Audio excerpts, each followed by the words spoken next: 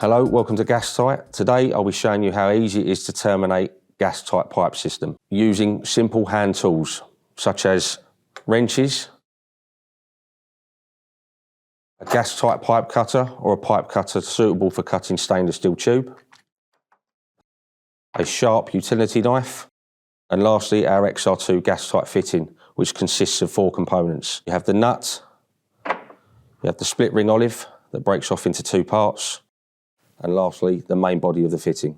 Now you take your gas-tight pipe work, your gas-tight cutter, or the cutter suitable for cutting stainless steel.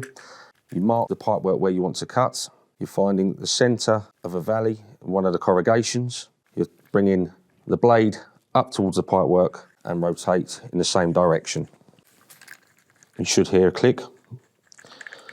Once that's clicked, the pipe work then should prise apart, and you work the 2 metals against one another, creating a nice clean cut. You now take your sharp utility knife and you're looking to cut back 2 corrugations on the pipe work.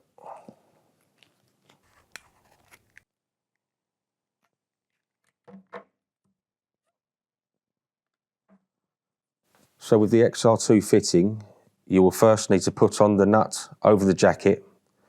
Use the 2 bushes which will clip on to the corrugation with a small piece of exposed stainless at the top. The 2 bushes will squeeze into place, then put on the rest of the fitting. You take the body of the fitting, using the split ring olives as a guide to drive into the fitting and bring up the nut by hand.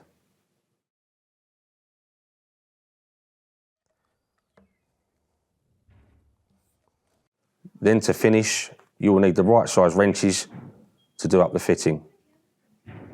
It is important to have the right size wrenches for the size of pipe you are using, and tighten the fitting.